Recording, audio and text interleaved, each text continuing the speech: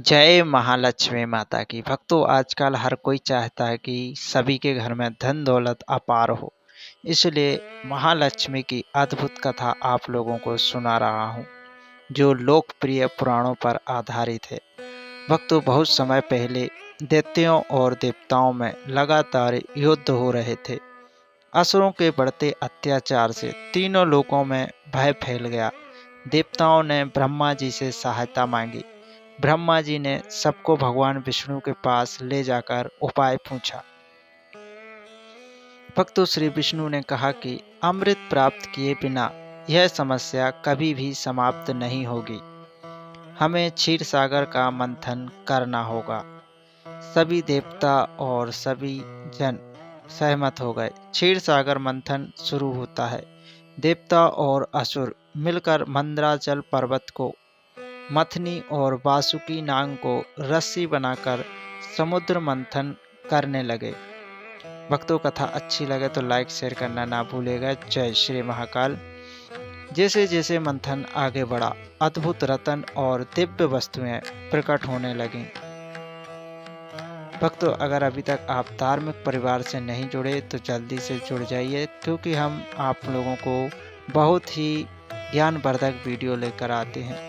भक्तों, चंद्रमा, कौस्तुभ मणि, कल्प वृक्ष, कामधेनु गो, ऐरावत हाथी और धनवंतरी के साथ अमृत कलश भी निकला। भक्तों, देवताओं ने और मंथन किया।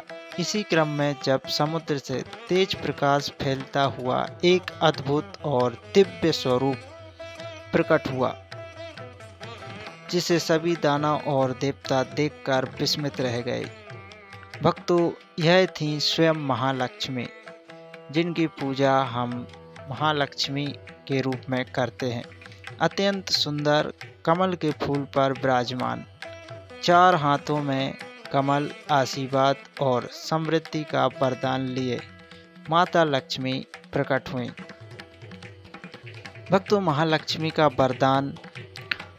महालक्ष्मी को देखकर सभी देव और ऋषि मुनि उनकी वंदना करने लगे, स्तवन करने लगे और महामंत्रों की ध्वनि के साथ माता लक्ष्मी का आवाहन करने लगे। लक्ष्मी ने कहा, मैं संपत्ति, सौभाग्य, ऐश्वर्य और मंगल की अधिष्ठात्री देवी हूँ।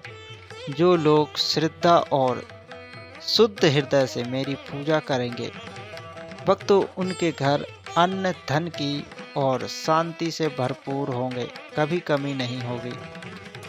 भक्तों, फिर महालक्ष्मी ने स्वयं ही सभी देवताओं में से भगवान विष्णु को चुना और उनके साथ विवाह किया।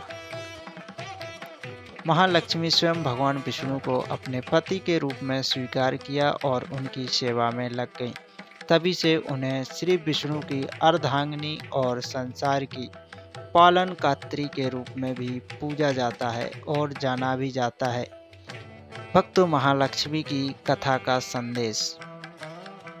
यह कथा सिखाती है कि धैर्य और सामूहिक प्रयास, यानी कि जैसे समुद्र का मंथन हुआ, ठीक उसी प्रकार से ही अमृत समान सफलता मिलती है। भक्तों, लक्ष्मी स्थायी तभी रहती है जब धर्म और विष्णु भक्ति अर्थात कि सत्कर्म और संतुलन का समान एक जैसा हो सहारा लिया जाए। भक्तों, लोभ और अधर्म से प्राप्त धन क्षणिक होता है, जो कुछ ही समय के लिए होता है।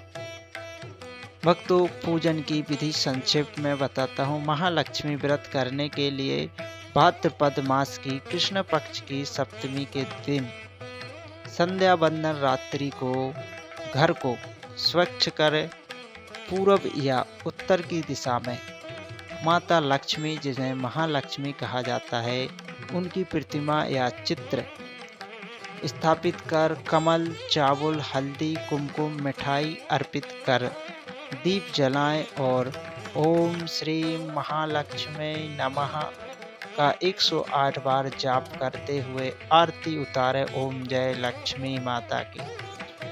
भक्तों, यह है महालक्ष्मी की वह अद्भुत कथा जो हमें श्री महालक्ष्मी व्रत के उपलक्ष्य में सुनना और सुनाना चाहिए, जो हमें समृद्धि के साथ सद्गुणों का महत्व भी सिखाती है। तो इसी के साथ जय श्री राधे, जय महालक्ष्मी, जय श्री विष्णु।